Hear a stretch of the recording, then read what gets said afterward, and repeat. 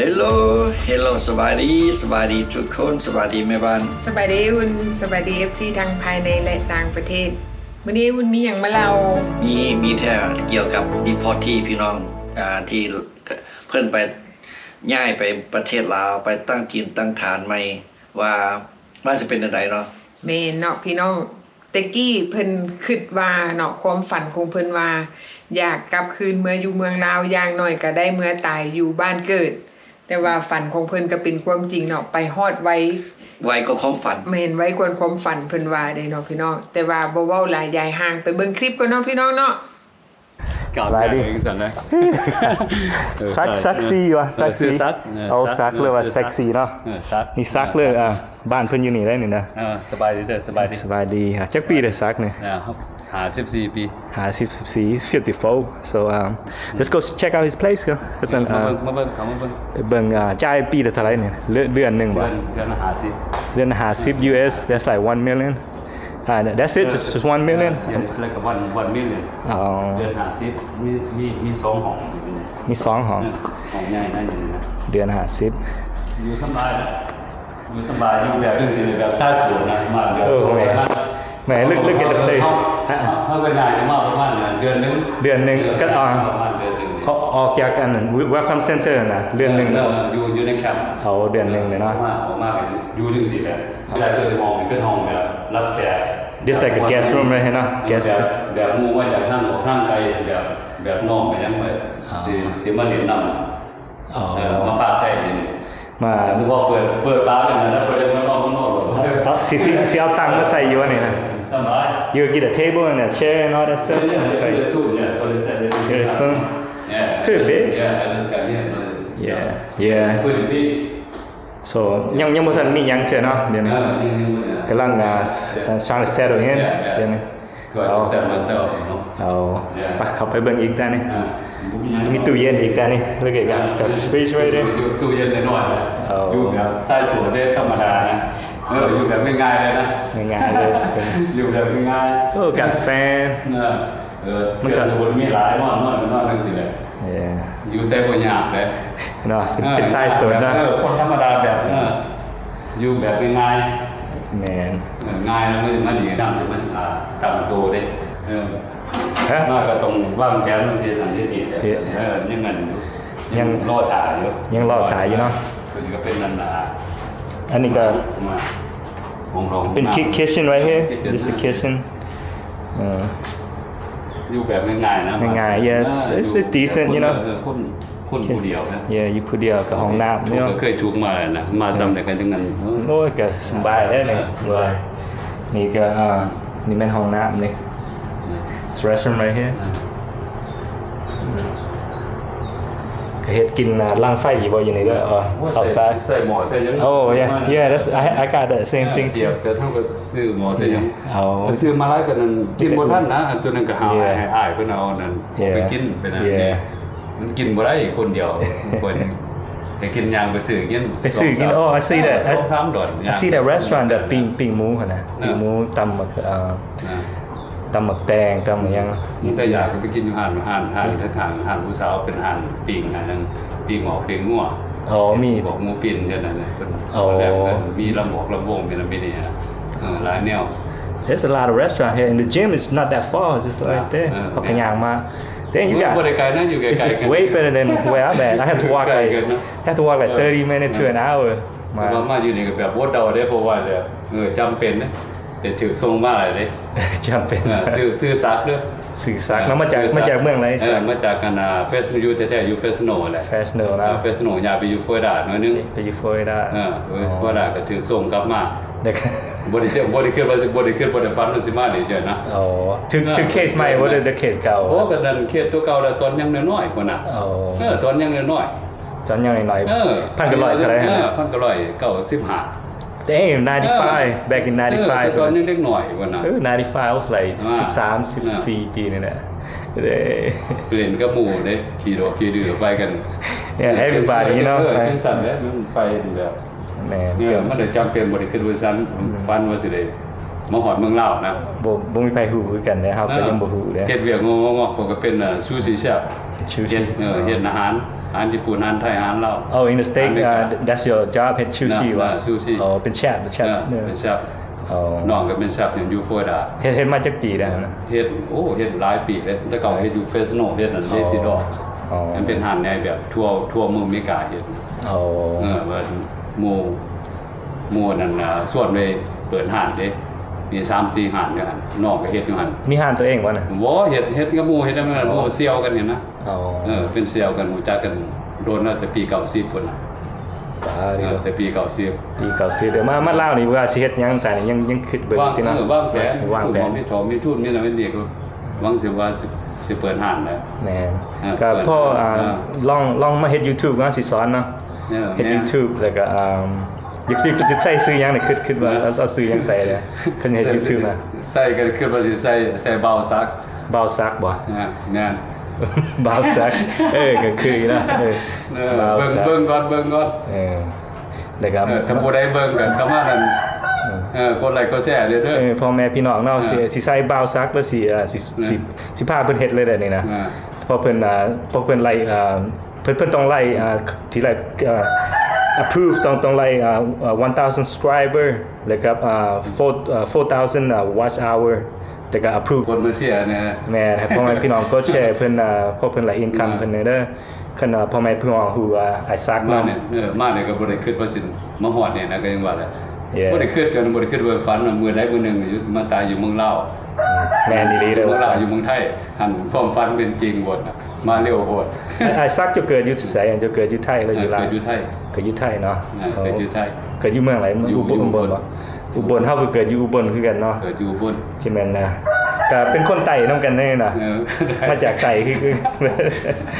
เอาไปมา ครับ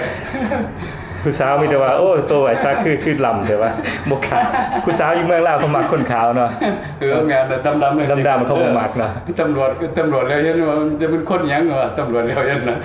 คือบ่ดำแต่ว่าเนี่ยเห็นดำๆเนี่ยเป็นคนลาวคือกันนะ คนพวกเฮามาจากไต้เนาะครับพวกเฮาผิวดำเนาะ ดำคนดำนะเท่ไปอยู่อเมริกาถึงเท่าไรปียังดังเนี่ยดังกันยังมันแมบนะ ขอแจ้งว่า คนดำอ่ะ ซัมเมอร์เจนเขาว่าห้วย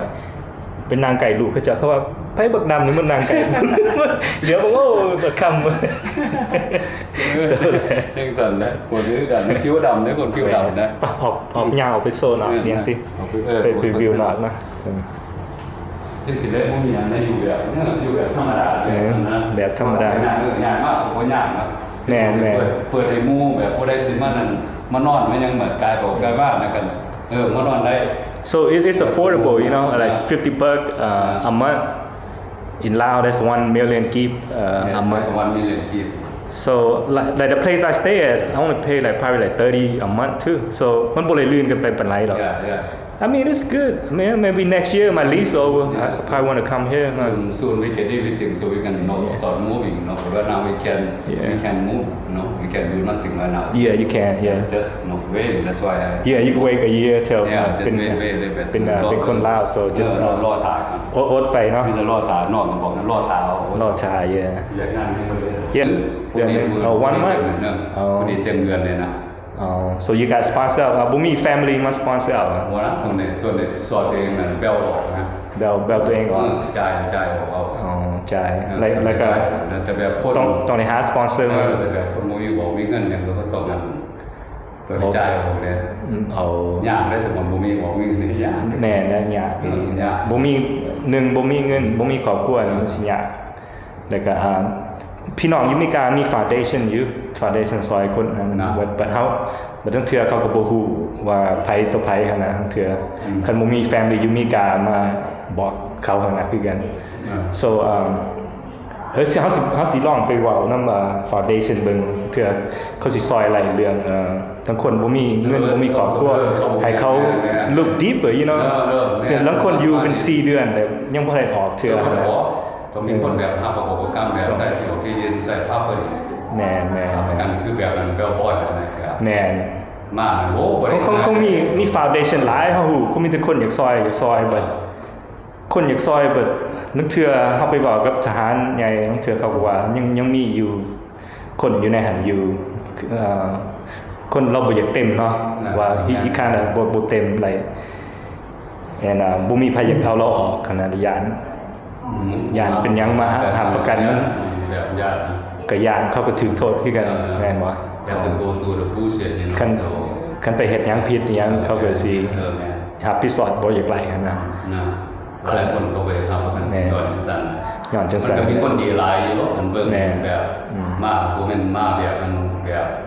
ถือบอกถือตัวกันนี่มากแบบธรรมดาถือแบบทรงๆมาก ถือแบบทรงมาเนาะ แบบทรงมากคือแบบคือว่าแบบบ่ได้เกิดประสงค์มาฮอดนี่เด้อนะบ่ได้เกิดเด้อนะ บ่ได้คือเท่าก็คือกันครับเขาก็ยังมี lawyer you know I have my lawyer fighting my case too จากนั้นอะไรบอกได้พวกมันเป็นยังก็เสียเบิดนะ yeah บ่ได้เงินเรื่องรถเป็นยังแบบเสียแบบ ยังเสียไปเบิดบ่หั่นนะ everything in the stake มีเฮือนว่า you just บ่มีเฮือนมีรถเอารถขายบ่อยู่เพิ่นนะ รถเขาก็ยืดเอาเรือ2วันนึงวันนึงแล้วเงินโยนใส่ให้นั่นละอายมันเลยดึงเนี่ยมันก็อยู่ลาวบ่มีพี่น้องเลยบ่เนี่ย บ่มีออกไปจากเมืองลาวก็ได้ เต็มไปเบิดนะ ไปแต่น้อยนะ so all his family is in the state 40ปลายปีมันก็โดนเดือบแล้วมันจะมีลูกมีหลานไม่ยังอยู่นั่นบ่ฮู้หรอกมันอันไกลเด้ มันไกล แบบหลายคนนะมันโตเองกันโอ้ยากเลยแบบบางคนตอนมันเหมือนกันมีผู้หญิงนะมีแม่เป็นอายุ81ปียังถึงส่งมาดีแล้ว81ปีแต่เสียย่างกินอยู่บ่อยากไล่เลยเนาะนึกว่าขนาดบอกคนนึงยังส่งมาให้ไปอยู่กับลูกกับหลานนี่กันโอเคแบบส่งมายากคนอยู่ในวีลแชร์ก็ยังส่งมาเนาะเขาก็คิดอยู่คิดกันรู้อยู่ในพี่ภาษาชีวิตคุดมาส่งคือมาคือกันหมดเนาะกันสิแล้วมาเห็นกันตอนเคยเห็นกันบ่เคยเห็นเมืองลาวบ่เคยก็ได้เห็นนะตานี่พวกเขาก็มาใส่ชีวิตอยู่นี่แหละตายค่อยเป็นค่อยไปเขาก็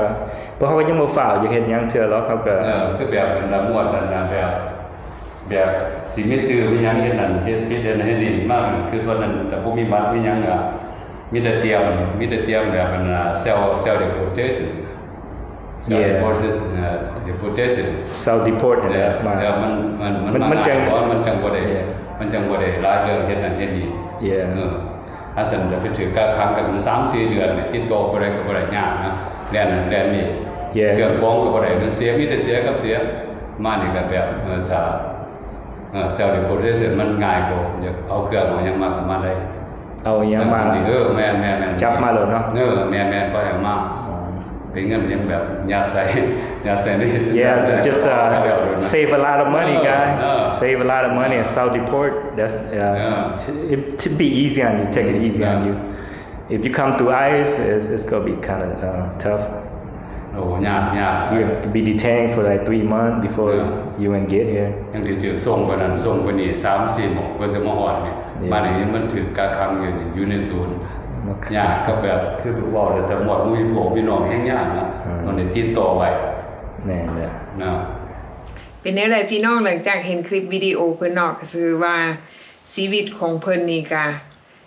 ได้ไปเมืองลาวแบบบ่ฮู้โต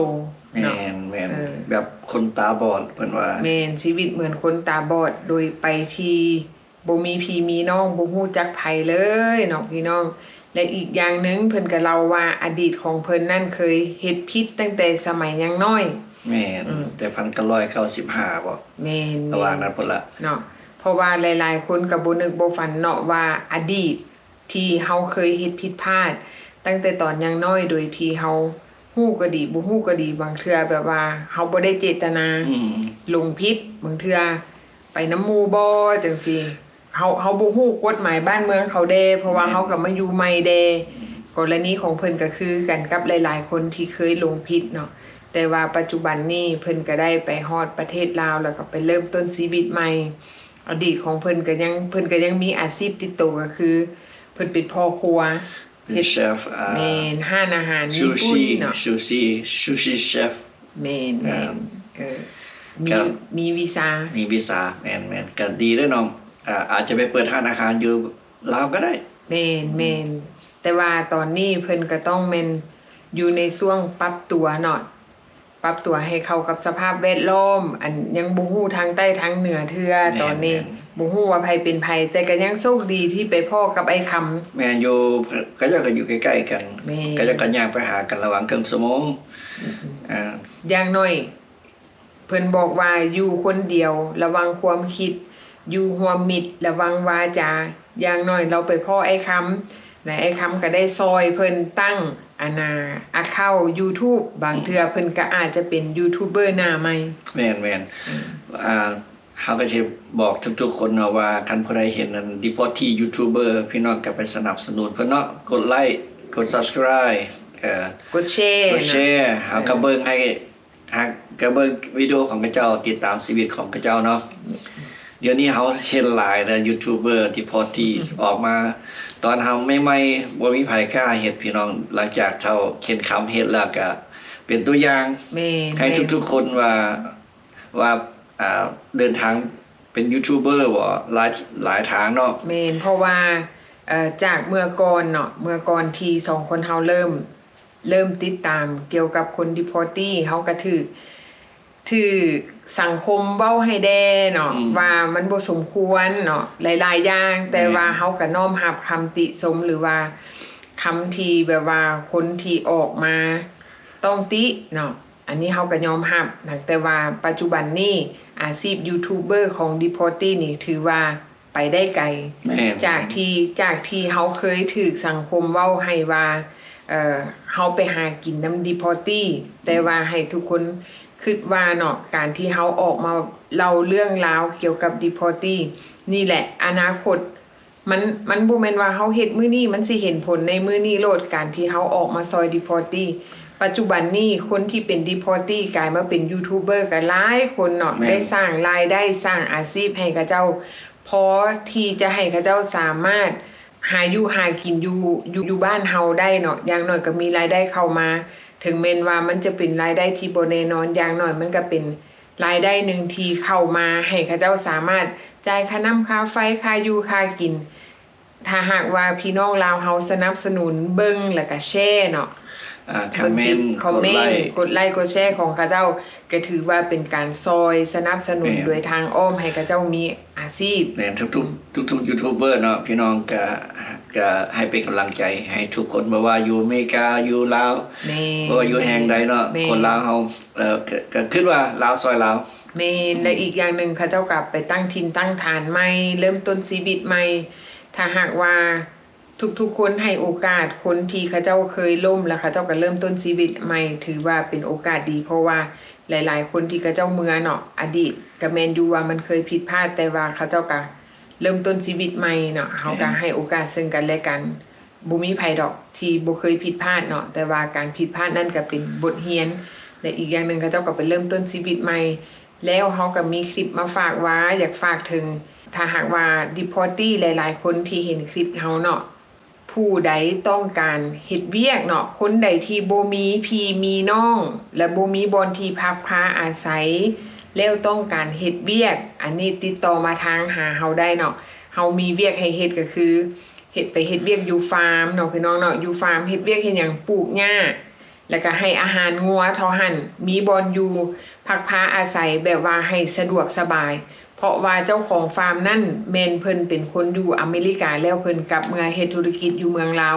เพราะฉะนั้นที่พักพาอาศัยของเพิ่นเนี่ยเพิ่นให้อยู่แบบสะดวกสบายเพื่อเฮาจะได้มีแฮงในการเฮ็ดเวียกให้เพิ่นนั่นเองแม่นเนาะนอกจากว่าการเฮ็ดเวียกให้เพิ่นแล้วถ้าหากว่าเฮาอยากมีรายได้เสริมเพิ่นก็สามารถซอยให้เฮาหาช่องทางให้เฮามีรายได้เสริมนอกเหนือจากที่เพิ่นให้เงินเดือนเฮาเนาะพี่น้องอันนี้ถ้าหากว่าผู้ใดสนใจเนาะ